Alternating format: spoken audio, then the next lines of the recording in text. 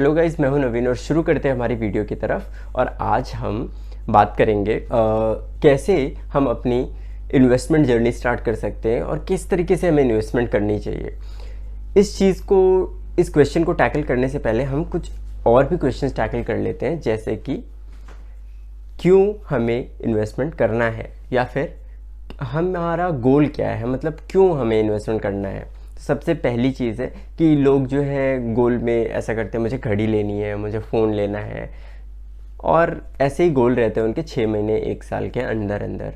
ठीक है, तो इस चीज़ के लिए आपको बिल्कुल स्टॉक मार्केट में नहीं आना चाहिए। आपको जो भी गोल रखने चाहिए वो 5 ईयर प्लस के गोल रखने चाहिए। ठीक है, जैसे रिटायरमेंट के लिए हो गया, शादी, एजुकेशन, इस तरीके के बड़े गोल्स रखने चाहिए। ठीक है, ताकि आपके पास एक प्रॉपर अमाउंट ऑफ टाइम हो जिससे आप इन्वेस्टमेंट कर सकें। ये 2-4 दिन, जैसे कुछ लोग होते हैं ना, क्वेश्चन में पूछते हैं कि यार ऐसा कोई स्टॉक बता दो ना जो 15 दिन में मेरे को जो है कुछ पैसे मिल जाएं, या मेरे पास कुछ पैसे पड़े हैं 15-20 दिन के लिए। तो भाई 20 दिन के लिए तो कोई भी स्टॉक इन्वेस्टमेंट के लिए रेडी नहीं है, मतलब आपको रिकमेंडेड नहीं है। वो तो बहुत ही रेयर कंडीशन होगी कि आपने किसी स्टॉक में लगाया और वो तुरंत ही मतलब शूट कर जाए। ठीक है, और आई थिंक बेटर होता भी नहीं है। आप जो है हर इन्वेस्टमेंट पे या फिर हर ट्रेडिंग पे ब्रोकरेज दे रहे हैं। ठीक है, आप कमाएं या ना कमाएं, ब्रोकर आपसे ज़रूर कमाता है कुछ पैसे। ठीक है, तो इस चीज़ का ध्यान रखना चाहिए। तो इसीलिए सबसे पहला क्वेश्चन यही होता है कि why do you want to start investing. Why do you want to start investing मतलब आपको क्या करना है, मतलब आपको ज़्यादा पैसे चाहिए या फिर आप जो है जस्ट फन के लिए कर रहे हैं या फिर थ्रिल के लिए कर रहे हैं। अगर थ्रिल के लिए कर रहे हैं तो आपको स्टॉक मार्केट नहीं करना चाहिए, क्योंकि इसमें आपको बहुत दिक्कत हो सकती है। क्या पता आप बहुत बड़े डिप्रेशन में चले जाएं, या फिर काफ़ी लोगों ने फैमिलीज़ तक इसमें सफ़र करती है। तो इसीलिए अगर आप थ्रिल ढूंढ रहे हैं तो ये प्लेस आपके लिए नहीं है। इस जगह से बेटर रहेगा आप किसी रोलर कोस्टर की राइड ले लीजिए। ठीक है, इसके अलावा अगर आपको ये क्वेश्चन का जवाब मिल चुका है कि आप क्यों स्टार्ट करना चाह रहे हैं इन्वेस्टमेंट, तो क्यों स्टॉक मार्केट ही क्यों, इन्वेस्टमेंट के तो और भी ज़रिए हैं, स्टॉक मार्केट ही क्यों। तो इसका आंसर है कि जितनी भी कंपनीज़ अवेलेबल हैं या फिर हमें इन्वेस्टमेंट में फ़ायदा कहाँ कहाँ होता है, फ़ायदा किससे हो सकता है, जब हमें ग्रोथ हो, प्रॉफिट हो। ठीक है, तभी तो हमें उसका एक पोर्शन ऑफ प्रॉफिट या फिर पोर्शन हमें मिलेगा।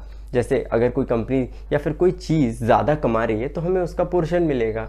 अगर आप एफडी में जाते हो तो एफडी का मेन मकसद क्या होता है कि वो आपसे कुछ पैसे लेते हैं और उसको सामने किसी और कस्टमर को एज अ लोन देते हैं, उसके बदले में कुछ ब्याज यानी कि कुछ इंटरेस्ट लेते हैं, और जो बीच का स्प्रेड होता है वो चीज़ वो कमाते हैं और उसमें से ही आपको जो है पेमेंट देते हैं। ठीक है, इस तरीके से काम होता है बेसिकली। अगर उन्होंने 10% पे लोन दिया और आपको 6 या 7% दे रहे हैं एफडी का रिटर्न, तो 3% वो कमा रहे हैं, तो इस तरीके से आपको 7% मिलता है। ठीक है, तो वो कमा ही 10% रहे तो आपको 10% से नीचे ही देंगे। ठीक है, तो पोर्शन ऑफ प्रॉफिट आपको मिलता है।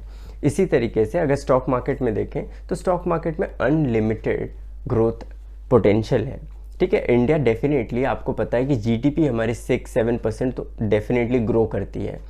तो अगर जीडीपी हमारी इतनी तेज़ी से ग्रो कर रही है, 7% ग्रो कर रही है, तो डेफिनेटली उसमें जो कंपनीज़ हैं या कुछ सेक्टर्स हैं, तो कुछ सेक्टर्स जो 10, 12, 15, एआई सेक्टर, टेक्नोलॉजी सेक्टर 50-60% तक ग्रो कर जाता है। तो अगर वो ग्रोथ, उसकी प्रॉफिट ग्रोथ ही 60% है, तो डेफिनेटली आपको जो शेयर ऑफ प्रॉफिट मिलेगा वो भी उसके आसपास का ही मिलेगा, 30-40% के अराउंड का मिलेगा। तो उसमें बेनिफिट्स इसीलिए बहुत ज़्यादा होते हैं। इसके अलावा आपको इन्वेस्ट स्टॉक मार्केट में, भाई किसी भी कंपनी में आप नहीं लगा सकते पैसा, तो किस में लगाना चाहिए, तो उन कंपनीज़ में लगाना चाहिए जिन कंपनीज़ के प्रोडक्ट्स को आप यूज़ करते हैं। जैसे अगर आप कोई भी नमक यूज़ करते हैं तो डेफिनेटली टाटा का अगर आप यूज़ करते हैं नमक, तो आपको टाटा का जो भी शेयर्स है वो लेना चाहिए, टाटा कंज्यूमर के। इसके अलावा बिस्किट खाते हैं, ब्रिटानिया का बिस्किट खाते हैं, तो ब्रिटानिया के शेयर्स लेने चाहिए। मतलब ये रिकमेंडेशन है, जस्ट आपको किस तरीके से अप्रोच करना चाहिए वो बताना चाह रहा हूँ मैं। तो वो जो प्रोडक्ट आपको अच्छे लगते हैं, डेफिनेटली वो पॉपुलेशन को अच्छे लग रहे हैं, एक टारगेट सेगमेंट को अच्छे लग रहे हैं, तो वो ग्रो करेगा आगे चल के, तो प्रॉफिट अर्न करेगा, तो उसमें से आप कुछ शेयर्स, प्रॉफिट का कुछ शेयर आपको मिलेगा। तो इस तरीके से आपको अप्रोच रखनी चाहिए। इसके अलावा आपका जो ड्यूरेशन होना चाहिए वो थोड़ा लंबी अवधि का होना चाहिए, 5 ईयर्स या प्लस का होना चाहिए। ठीक है, तो इस तरीके से आप जो है इन्वेस्टमेंट स्टार्ट कर सकते हैं। इसके अलावा आप काफ़ी लोग कहते हैं कि अगर क्रैश हो गया तो, अगर कुछ हो गया तो अगर आपको इतना डर लग रहा है तो मैं आपको एक बेस्ट चीज़ बताता हूँ कि आप इंडेक्स फंड में इन्वेस्टमेंट कर लीजिए या ETFs में इन्वेस्टमेंट कर लीजिए। ठीक है, ये क्या करता है कि ETF या इंडेक्स फंड के जो भी म्यूचुअल फंड्स होते हैं वो बेसिकली रेप्लिकेट करते हैं इंडेक्स फंड को, और इंडेक्स फंड रेप्लिकेट करता है इंडियन इकोनॉमी को। म्यूचुअल फंड जो है रेप्लिकेट करता है, जो इंडेक्स के म्यूचुअल फंड है वो रेप्लिकेट करते हैं इंडियन इकोनॉमी को। अगर आपको पता है कि इंडियन इकोनॉमी जो है 6-7% 10% से ग्रो कर रहा है तो डेफिनेटली आपको पता होगा कि इंडेक्स भी जो है उसी तेज़ी से ग्रो करेगा, उससे ज़्यादा तेज़ी से ग्रो करेगा, तो आपको उतना % रिटर्न तो आपको मिल ही जाएगा। तो इसलिए आप एक तरीके से सेफ्टी से भी इसमें चल सकते हैं। इसके अलावा अगर आपको पहला शेयर खरीदना तो आप सोचोगे किस में जाएं, क्या करें, तो आपके पास डिफरेंट ब्रोकरेज सर्विसेज होती हैं जिसमें डिस्काउंट ब्रोकर्स भी होते हैं, डिफरेंट होते हैं, जैसे ज़ेरोधा, अपस्टॉक्स और 5 पैसा, इस तरीके से बहुत सारे हैं। तो आप इनमें से कोई भी एक डिस्काउंट ब्रोकर ले सकते हैं और अपने शेयर्स उससे ट्रेडिंग करना स्टार्ट कर सकते हैं। ठीक है, तो इस तरीके से आप अपना फर्स्ट शेयर खरीद सकते हैं।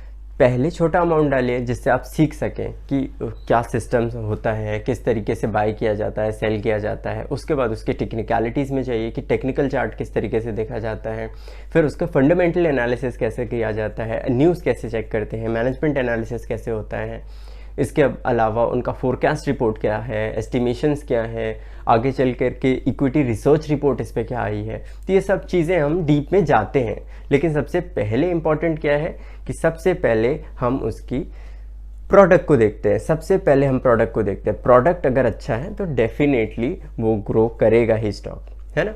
तो इस तरीके से आप अपने पहले शेयर खरीद सकते हैं। इससे रिलेटेड कोई क्वेश्चन होता है तो डेफिनेटली आप मुझसे पूछ सकते हैं। Thank you so much.